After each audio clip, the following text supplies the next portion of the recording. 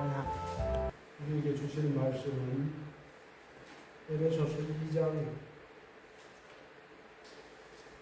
11절부터 22절까지 말씀입니다. 교독해서 읽도록 하겠습니다.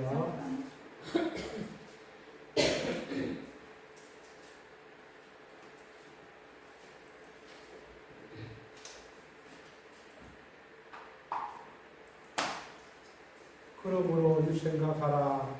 너희는 그때의 육체로는 이방인이요 손으로 육체에 행한 할례를 받은 무리라 칭하는 자들로부터 할례를 받지 않은 무리라 칭함을 받는 자들이라.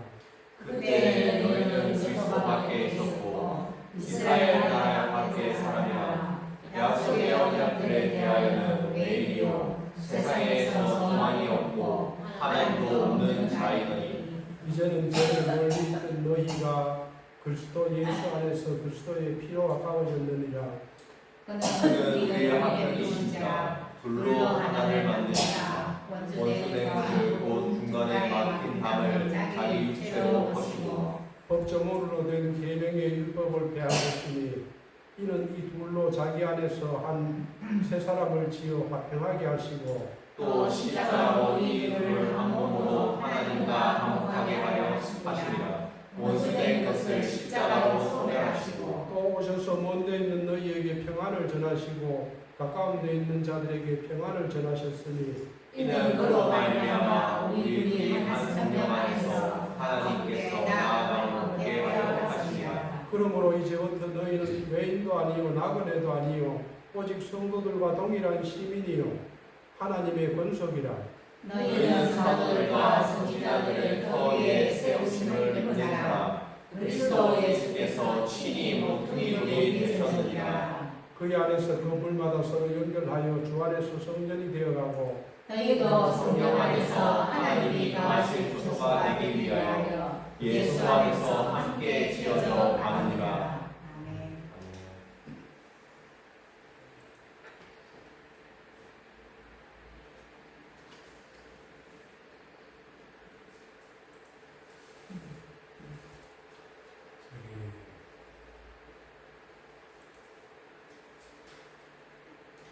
야고보서에서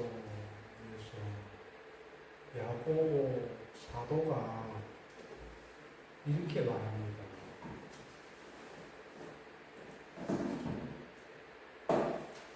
하나님을 가까이 하라. 그리하면 하나님께서 너희를 가까이 하시리라. 내가 하나님과 멀어져 있으면 절대로 안 됩니다. 하나님과 가까이 있어야 내가 하나님의 보호하심을 받고 그분의 뜻을 알고 그분의 음성을 들을 수가 있습니다.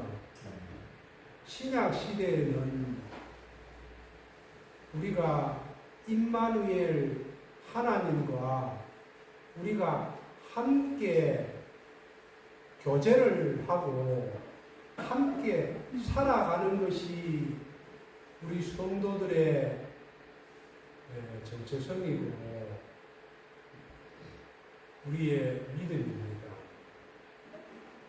그런데 왜 우리가 하나님의 뜻을 모르고 하나님의 음성을 듣지 못하는가 하면 하나님과 멀리 있어서 그렇습니다. 그래서 야고보 사도가 하나님을 가까이 하라. 그리하면 하나님께서 너희와 가까이 하시리라. 예레미야서에 보면은 이를 행하시는 여호와 이를 성취하시는 여호와께서 말씀하시기를 너희는 내게 부르짖으라. 그러면 하나님께서 너희에게 크고 은밀한 일을 보이시리라고 했습니다. 응답하시겠다 이 말입니다.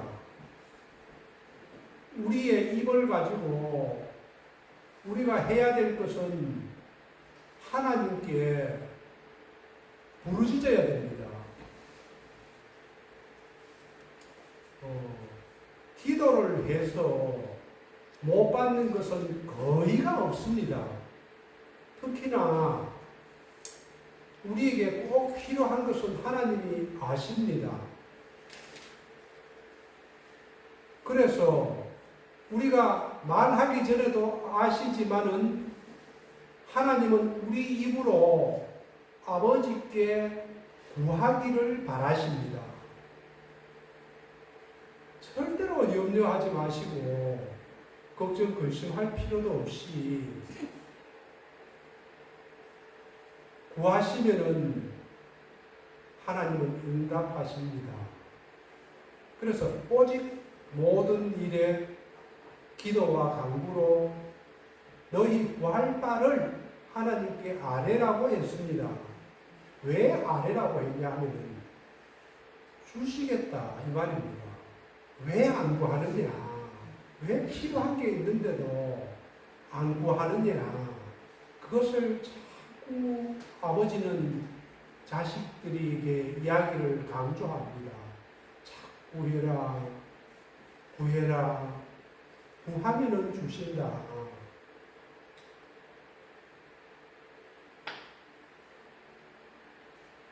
오래전에 2000년 우리 MBC 방송에서 러브하우스라고 집을 지으는 가난하고 어려운 사람들 그들에게 집을 지어주는 프로그램이 있었습니다. 저도 그것을 몇 번 보았기 때문에 기억이 나는데 아주 어렵게 막 쪽방 같은 데서 살고 막 지붕도 못 고치고 어렵게 살 가난한 동네에서 MBC 그 프로그램에서 제작자들이 어떻게 연결이 되면은 그 집을 찾아가서 가족들을 잠시 다른 곳에 살게 하고 일주일이면 일주일, 열흘이면 열흘 이렇게 집을 고쳐주고 새로 지어주는 프로그램이 있더라고요. 그래서 참 감동을 받았습니다. 집도 엄청나게 예쁘게 잘 지어주더라고요. 아이들 방, 부엌, 거실 깨끗하게 멋지게 아름답게. 그런데 그 방송이 한국에서 뜨니까 일본에서도 그것을 뺏겨서 한 10년 동안 러브하우스를 방송했습니다. 미국에서도 9년 동안 이 러브하우스를 방송했습니다. 그것은 미국에서 하는 거 보면은 어려운 사람들 중에 전쟁에 참전했다가 가장이 팔이나 다리를 잃은 사람들, 그런 사람들은 어렵잖아요. 살아가는 게. 돈 벌기도 어렵고. 그리고 이런 눈먼 사람들, 이런 시각장애인들, 앞을 못 보는 사람들. 그리고 뭐, 여러 가지 사연을 가지고 아주 못 사는 사람들을 집을 지어주고 고쳐주고.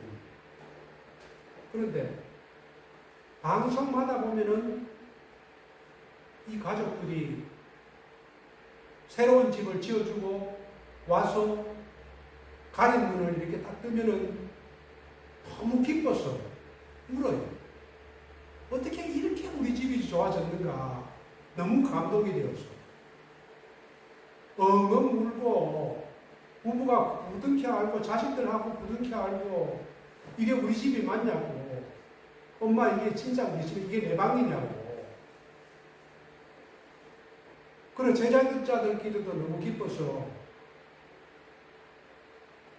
그런 프로그램을 봤는데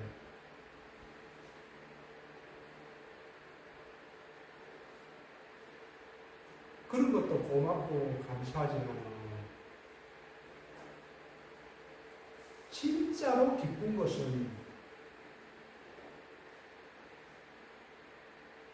눈물을 흘리면서 감사할 것은 뭐냐 하면 우리의 구원입니다. 구원은 집을 새로 지어주고 고쳐주고 예쁘게 만들어주는 것, 그거하고도 비교할 수가 없을 만큼 값어치 있고 소중한 것이 구원입니다.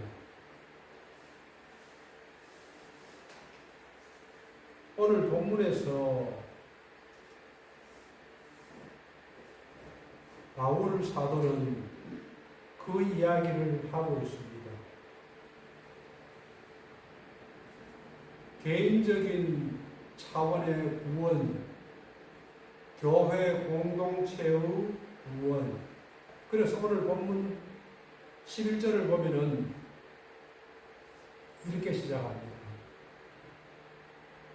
그러므로 생각하라.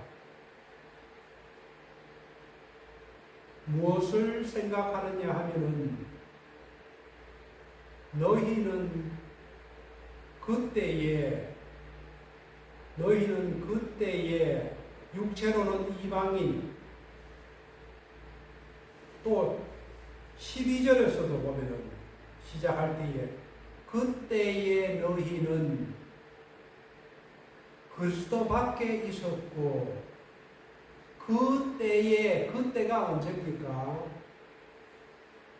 사도 바울이 말하는 그때는 과거를 말하고 예수 믿기 이전의 사람을 말하는 것입니다.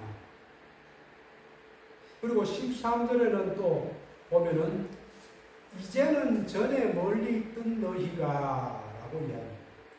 그때에는 과거를 말하고 13절에서 이제는 현재를 말합니다.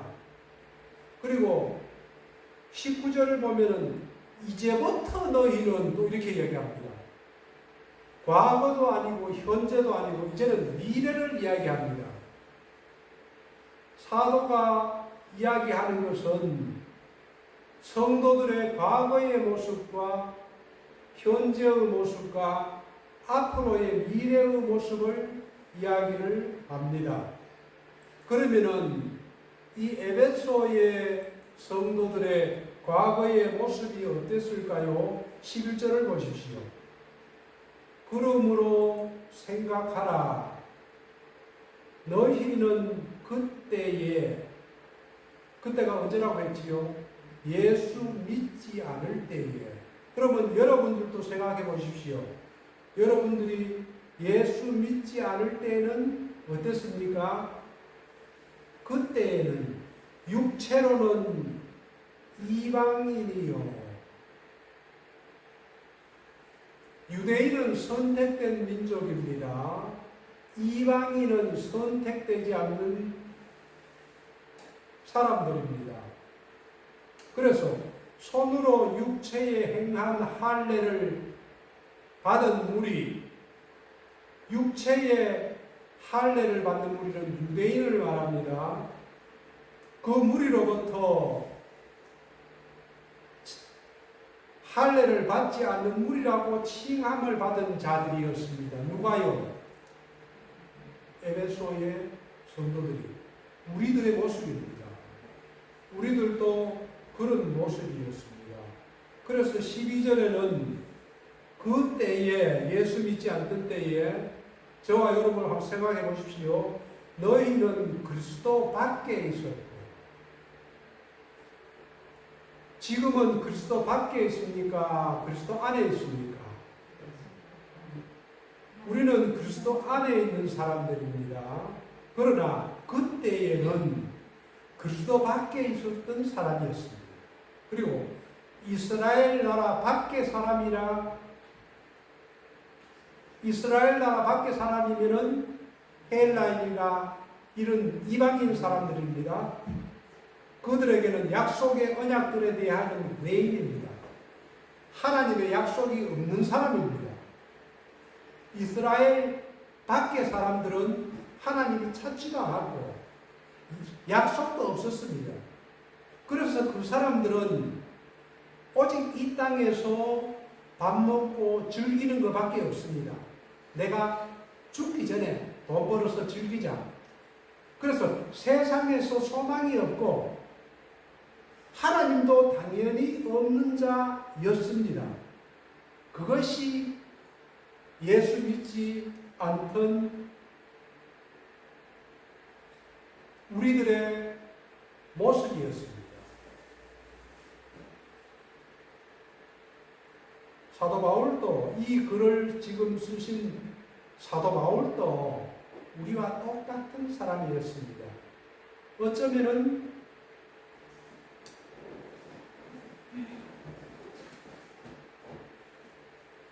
사도 바울은 다메섹에서 예수님을 만나지 못했을 때에는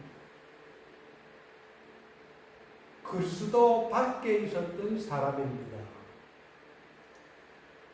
물론 바울은 할례는 받았고 이스라엘 백성은 맞았지만은 율법에 사로잡혔던 열심이 많은 사람이었습니다. 당연히 예수 그리스도를 몰랐고 십자가와 부활을 깨닫지 못한 자였습니다. 그는 스스로 하나님을 잘 믿는다고 생각했지만은 착각 가운데에서 엉터리 신앙생활을 하고 있었던 것입니다. 이와 같이 에베소 성도들도 예수 믿기 전에는 이방인이었고 할례 받지 못한 자들이었고 소망이 없었던 사람들이었고 하나님 밖에 있었던 사람이었습니다. 그래서 그것을 생각해 보라는 것입니다. 우리도 한번 가만히 생각을 해 보십시오. 내가 예수 믿지 않았던 때는 어떤 사람이었나?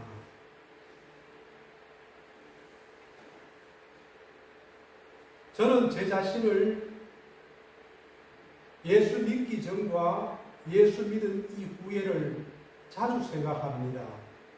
그럴 때마다 하나님의 은혜가 너무 감사해서 혼자서 울 때도 많습니다. 내 같은 사람을 하나님께서 부르셨을까? 왜 부르셨을까? 뭐 때문에 부르셨을까? 그 은혜를 생각하면은 너무 감사해서 집을 지어주는 것도 고맙고 러브하우스에서 새로이 꾸며주는 것도 고맙지만 그거하고는 차원이 다른 비교도 할 수 없는 그 내 과거의 모습을 생각하면은 너무 행복합니다. 성경에서는 그것을 이렇게 표현합니다.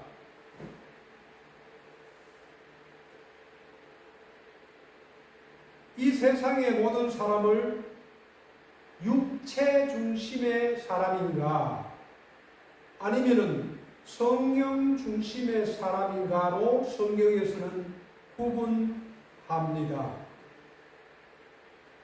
성경에서는 사람을 볼 때에 학벌이 무엇이냐, 어느 대학교 나왔느냐, 전공이 뭐냐, 돈은 얼마나 많으냐, 직업이 뭐냐, 권력이 있느냐, 능력이 있느냐, 성경에서는 절대로 이런 것을 따지지 않습니다. 세상에서는 이것을 따집니다. 그러면은 성경에서는 무엇을 따지느냐? 육체의 사람인가, 성령의 사람인가를 따집니다. 로마서 8장 5절에서 7절을 보면은 이 육신의 사람들에 대해서 이야기를 합니다. 육신을 따르는 자는, 자, 나를 한번 비교해 보십시오. 내가 육신의 사람인가, 성령의 사람인가, 성령을 두고 비교를 해봐야 됩니다. 육신을 따르는 자는 육신의 일을 생각하고, 영을 따라 행하는 자는 영의 일을 생각하나니, 육신의 생각은 사망이요 영의 생각은 생명과 평안이니라. 자, 우리는 무슨 생각을 갖고 살아갑니까? 육신의 생각은 하나님과 원수가 된다. 왜냐하면 하나님의 법에 굴복하지 아니할 뿐 아니라 할 수도 없다. 이게 육신의 사람입니다. 육신의 사람은 하나님의 법이 뭡니까? 말씀을 이야기합니다. 하나님의 말씀에 순종하지 못할 뿐만 아니고 아예 할 수도 없습니다. 이게 육신의 사람의 특징입니다. 그리고 같은 8장 그 밑에 14절을 보면은 무릇 하나님의 영으로 인도함을 받는 사람은 하나님의 아들이다 라고 이야기를 합니다. 그러므로 우리는 분명합니다. 내가 육신을 따르는 사람인가, 성령을 따라 행하는 사람인가,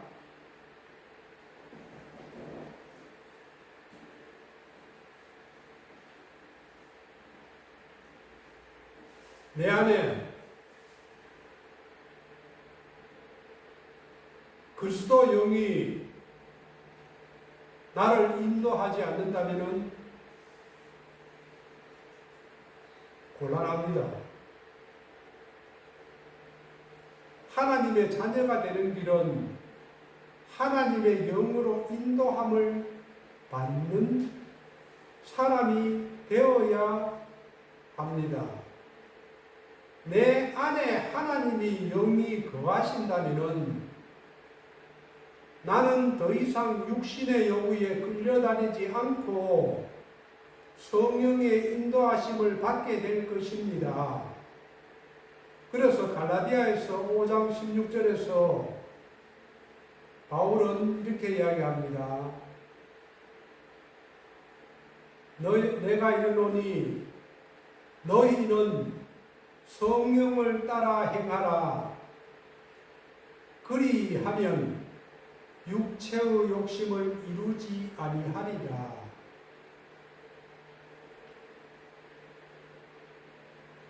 내 자신을 잘 살펴보아야 됩니다.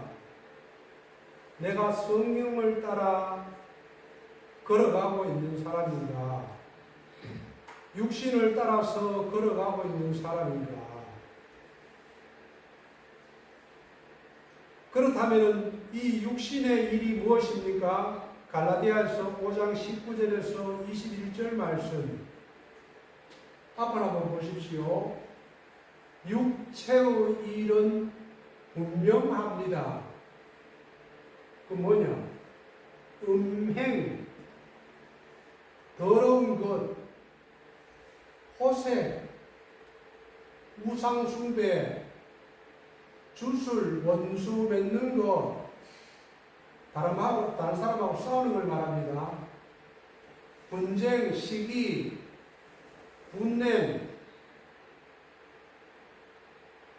당 짓는 것, 분열, 이단과 투기, 술 취함, 방탕, 또 그와 같은 일이 많습니다. 아직도 여기서 자세히 더 기록을 하지 않아서 그렇지 그와 같은 것들이라 이것이 예수 믿기 전에 우리가 가졌던 육체의 일입니다. 이런 일을 하는 자들은 하나님의 나라를 유업으로 받지 못할 것이요 하나님의 나라는 천국은 예수 믿는 자들에게는 당연히 오는 것입니다. 그것을 유업이라고 이야기합니다. 우리가 무슨 일을 많이 해서 유업을 받는 것, 유업이라는 것은 상속이라고도 이야기할 수 있습니다. 하나님의 자녀들은 아버지의 자녀이기 때문에 당연히 상속을 받습니다. 그런데 이런 일을 하는 사람들은 받지 못할 것이라고 이야기를 하고 있습니다. 이것이 그리스도 밖에 있던 사람이요 이방인의 모습입니다.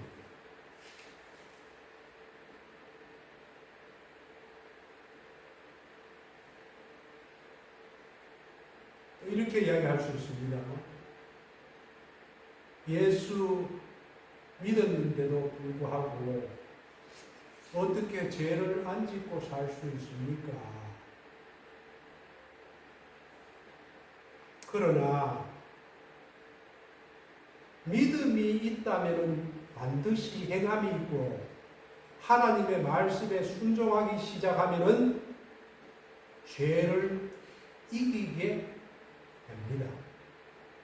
가면 갈수록 거룩해지고 성결해지고 하나님의 뜻을 분별하고 하나님과 가까이 동행하며 나이가 들면은 겉사람은 부패하나 속사람은 날로 새로워집니다.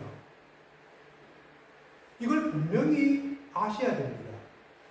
나는 예수 믿었는데도 과거하고 똑같아요. 그거는 곤란합니다. 진짜 곤란합니다. 그래서 13절, 14절에서는 이렇게 얘기합니다. 과거의 모습이 그랬다면은 지금의 모습은 어떤가? 13절, 14절.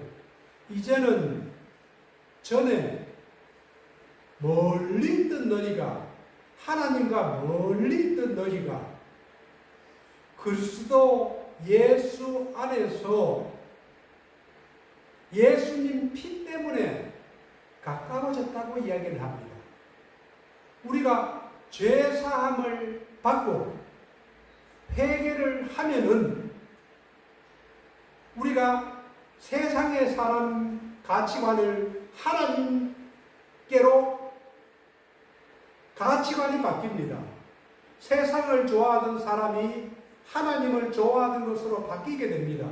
그러면은 삶이 이 생각이 새로운 생각으로 새로운 사람으로 거듭나는 거예요. 그래서 예수 안에서 그리스도의 피로 이제는 제사함을 받았기 때문에 하나님과 가까워질 수가 있습니다. 그래서 하나님을 아빠, 아버지라고 부를 수가 있고 우리에게 하나님은 양자의 영을 주십니다. 양자의 영은 내가 아버지를 아빠라고 부를 수가 있어요. 양자의 영이 없는 사람은 하나님을 아빠, 아버지라고 부를 수가 없습니다. 여러분들도 아빠, 아버지라고 자주 불러보세요. 그러면은 그 아빠가 자녀들에게 오냐? 그래, 네가 나를 부르는구나. 대답을 해주십니다. 그래서 그는 예수님은 우리의 화평이신지라 둘로 하나를 만드사 이방인과 유대인들 이 둘을 하나로 만드사 원수된 것 우리가 과거에 원수된 것들이 많았거든요. 사람들 간에도 그렇고 중간에 막힌 답을 자기 육체로 허시고 예수님께서 우리에게 화평을 주셨습니다. 그래서 예수 믿지 않는 사람들하고 원수같이 지내면 안 됩니다. 싸움을 해도 안 됩니다. 그리스도 밖에 있던 사람이 그리스도 안으로 들어오게 되면은 바꾸어지는 것입니다. 멀리 있던 너희가 가까워졌다.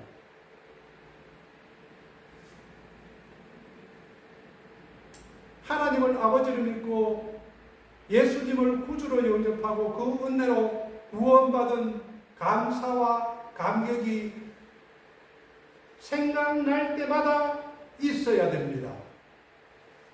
잘 한번 돌아보십시오.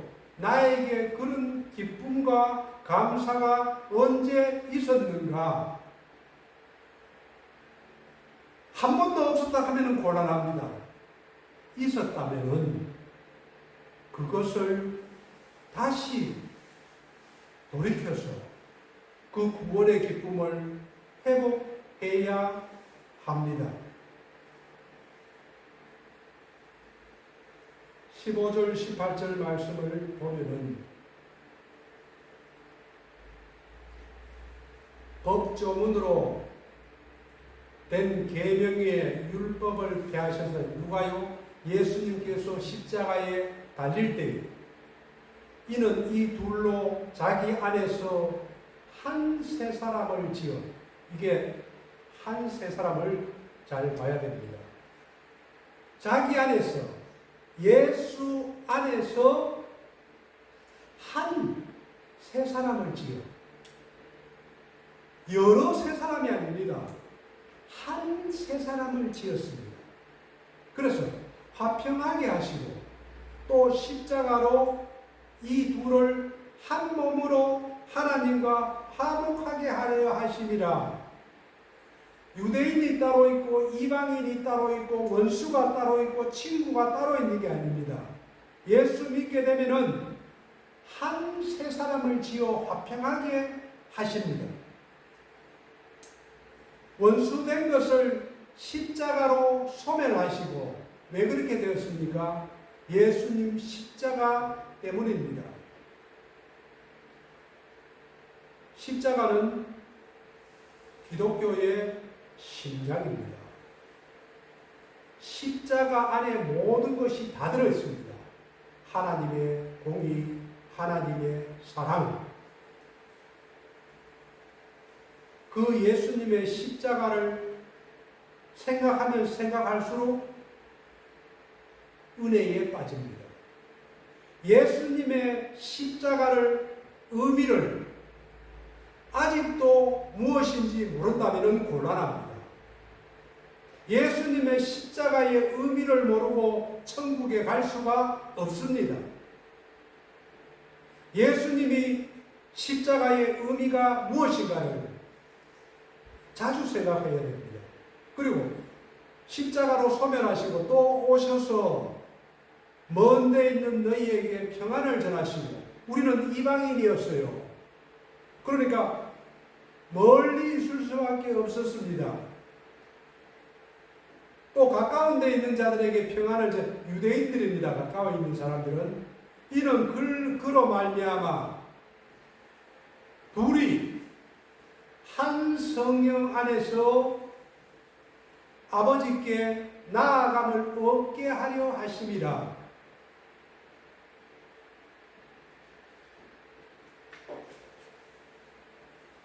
이것이 예수 그리스도를 통하여 하나님께서 우리에게 하신 일입니다.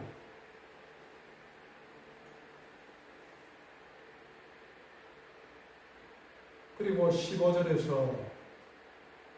말씀을 보면은 이는 이 불로 자기 안에서 한 세 사람을 지어 라고 이야기를 했습니다.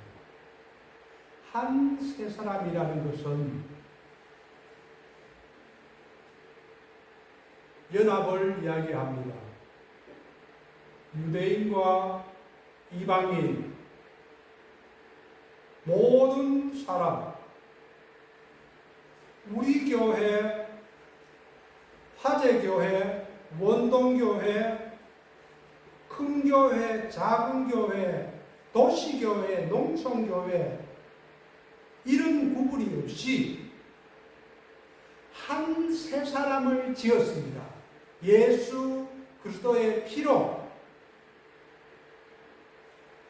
이것은 보이는 교회와 보이지 않는 교회가 있는데, 보이지 않는 교회, 보는 교회는 우리 신주 전원교회 같이 이렇게 우리 눈으로 보이는 것을 말합니다. 보이지 않는 교회는 우리 눈에 보이지 않지만서도 하나님께서 선택한 받은 이 지구상 모든 위에 있는 우주적인 교회를 말합니다. 이 우주적인 교회의 연합을 한 세 사람을 지었다고 이야기하는 것입니다. 그래서 갈라디아에서 3장 26절 28절에서 너희가 다 믿음으로 말미암아 그리스도 예수 안에서 하나님의 아들이 되었으니 누구든지 그리스도와 합하기 위하여 세례를 받은 자는 그리스도로 옷 입었느니라. 너희는 유대인이나 헬라인이나 종이나 자유인이나 남자나 여자나 다 그리스도 예수 안에 있어서 하나입니다. 한 세 사람을 지었습니다. 그러니까 우리도 예수 안에서 하나가 되어야 되는 것입니다. 니하고 내하고 형제가 다투면 안 됩니다. 싸워도 안 됩니다. 서로 이해하고 용서하고 예수 그리스도 안에서 하나가 되도록 해야 되는 것입니다. 우리가 사도신경을 외울 때마다 하는 고백이 있습니다. 거룩한 공교회와 성도의 교제를 믿습니다. 이렇게 이야기하거든요. 거룩한 공교회가 예수 안에서 한 세 사람으로 지으심을 받는 교회의 연합을 말합니다. 성도의 교제, 성도의 교제도 마찬가지입니다. 모든 성도들의 교제는 성도들의 연합으로 한 세 사람으로 지음을 받은 것입니다. 그래서 복음성가에 보면은 우리는 사랑의 띠로 하나가 되었습니다. 하나님을 사랑하고 예수님을, 이런 찬양이 있거든요. 우리는 사랑의 띠로 예수 그리스도의 피, 그 흘리신 보혈의 피로 우리는 깨끗함을 받았고 화평이 되었고 하나가 되었습니다. 이 하나를 가르면은 안 됩니다.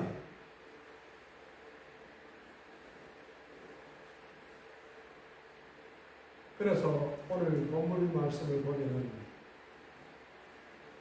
13절에서 그리스도 예수 안에서, 15절에서 이 불로 자기 안에서, 18절에 한 성령 안에서, 21절에 그 외 안에서, 21절에 주 안에서, 22절에 너희도 성령 안에서, 22절에 그리스도 예수 안에서. 결국은 무엇을 강조합니까? 예수 그리스도 안에서, 성령 안에서 하나가 되었고, 또 우리는 신앙생활이 무엇이냐 하면은 예수 그리스도 안에서 예수님과 함께 먹고 살고 동행하는 것이 신앙생활입니다. 그래서 신앙생활은 사실로 따지면은 참 재밌고 신나고 은혜도 받고 기쁘고 행복하고 내가 이 세상에서 최고로 행복한 사람이구나, 이것을 경험하는 것이 신앙생활입니다.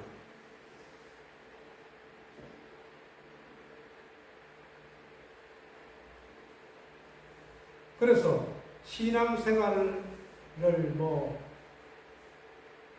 그렇게 행복하게만 하는 것이냐? 또 그렇지만도 않습니다. 조금씩 영적인 전쟁을 하면서 살아가는 것이 신앙입니다. 왜 우리가 기쁘고 평안하고 행복함이 무너지는가? 그것은 사탄이 우리에게 죄라는 것을 가져주기 때문에 그렇습니다. 죄를 지우면 영혼이 어두워집니다. 그래서 사도 바울도 그 이야기를 이렇게 했습니다. 빌립보서 3장 12절에서 14절 말씀 보면은 사도 바울이 얼마나 큰 사도입니까? 근데 사도 바울도 이렇게 이야기하거든요. 내가 이미 얻었다 함도 아니요 온전히 이루었다 함도 아니라. 이게 성도들의 신분입니다. 오직 내가 그리스도 예수께 잡히게 된 그것을 잡으려고 달려가노라.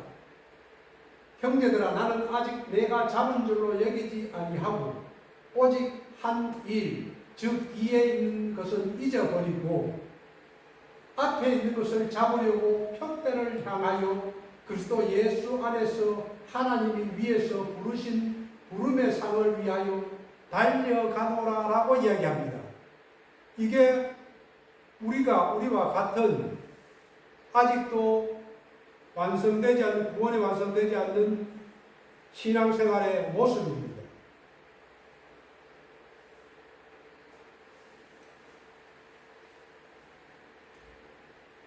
여기서 달려간다는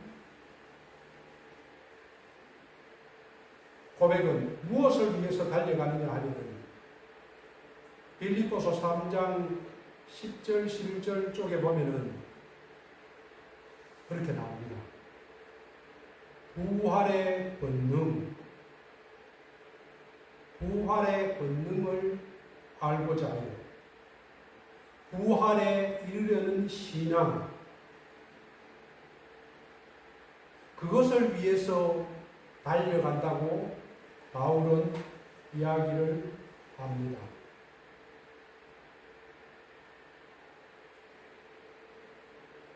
우리 앞에 놓여 있는 부활,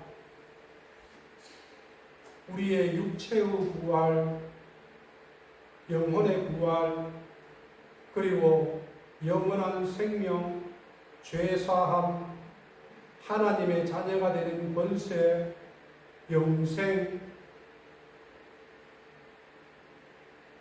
이런 것이 거짓이라면은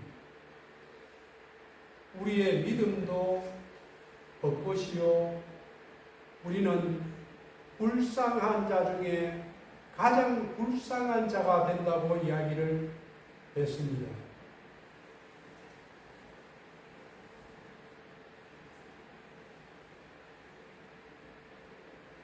복음의 핵심인 이런 것들이 거짓이라면은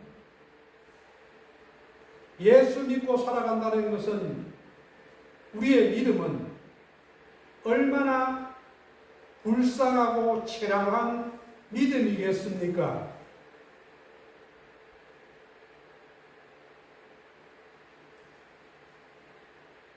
그리고 이제 앞으로의 미래의 모습을 보여줍니다. 19절에서 22절 말씀, 19절을 보면은 그러므로 이제부터 너희는 외인도 아니요 나그네도 아니다. 오직 성도들과 동일한 시민이요 하나님의 권속이라. 너희는 예수 밖에 있는 사람이 아니요 이방인도 아니요 성도들, 하나님께 선택받은 사람들과 동일한 시민이고, 하나님의 권속, 하나님의 권속이라는 것은 하나님의 가족을 말합니다. 과거에 내가 예수 믿기 전에 때는 하나님과 원수되었고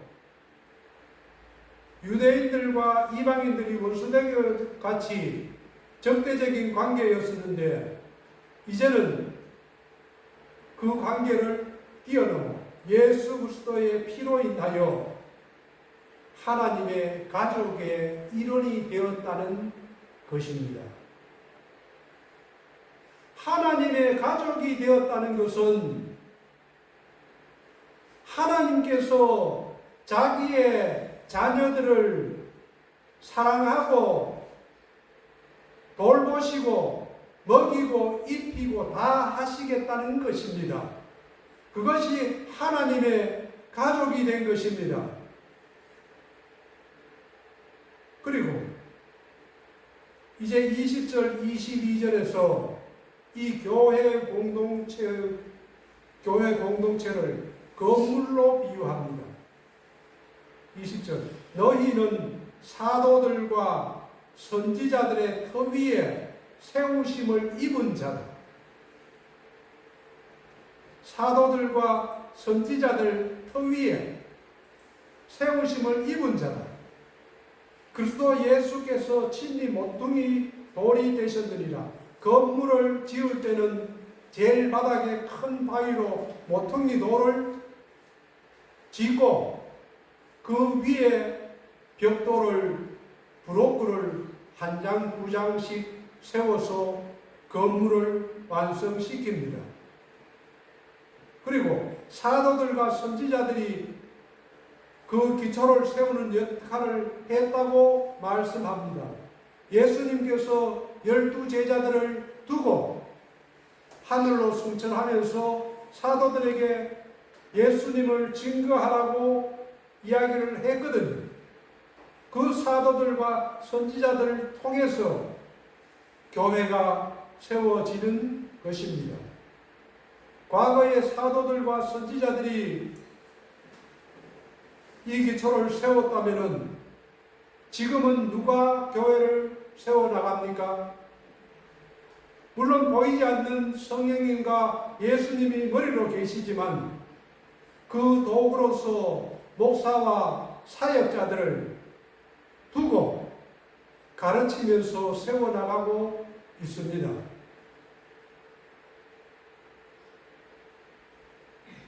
그러면 이 세워진 건물들이 어떻게 되어 있을까요? 21절, 22절 한번 같이 읽어보겠습니다. 시작. 그의 안에서 건물마다 서로 연결하여 주 안에서 성전이 되어가고 너희도 성경 안에서 하나님이 거하실 처소가 되기 위하여 그리스도 예수 안에서 함께 지어져 가느니라. 교회의 시작점은 모퉁이 돌이신 예수 그리스도십니다. 건물이 서로 연결되고 성도와 성도 간의 은사와 사랑을 통해서 연결되고 함께 지어져 갑니다. 왜 그렇게 할까요? 주 안에서 성전이 되어가는 것입니다. 성전이 되어간다는 것은 우리 안에 하나님의 거하실 처소가 되어가는 것입니다. 하나님이 이 성전되는 처소에 거하십니다. 여러분 심령 속에 하나님께서 거하시겠다는 겁니다.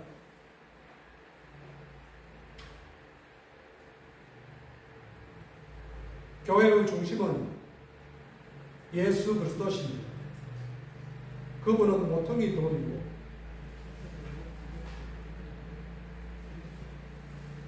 건물이 서로 연결되어 지어져 가는 것은 현재 진행형입니다. 과거에 지어졌다는 것이 아니고 계속해서 성전이 되어가고 함께 지어져 가는 것을 말합니다. 그것은 교회는 완전하지 않다는 것입니다. 이덕연 목사가 완전합니까? 절대로 안 그렇죠. 실수도 하고 잘못도 하고 그렇습니다. 왜 그러냐 하면 아직 완전하지 못하기 때문에 함께 지어져야 합니다. 여러분과 제가 이 교회를 함께 지어져 가는 중입니다. 그래서 이 세상에는 완전한 교회는 어디에도 없습니다. 그리고 서로 연결하여 함께 교회는 공동체입니다. 한 사람으로서는 지어질 수가 없습니다. 함께 연합하여서 서로 도우면서 서로 협력하면서 지어져 가고 있는 중입니다. 우리의 성도의 삶도 날로 속사람이 강건해져 가는 것입니다.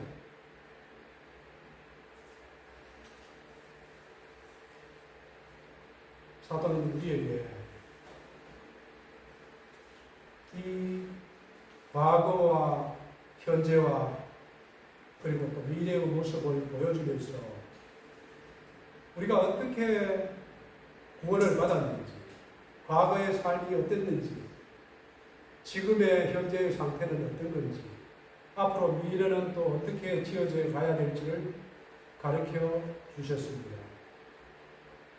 저와 여러분에게 이룩한 하나님의 거룩한 거하는 처소가 되게 하기 위하여 예수 안에서 함께 지어져 가는 저와 여러분 되기를 주님의 이름으로 축원드립니다.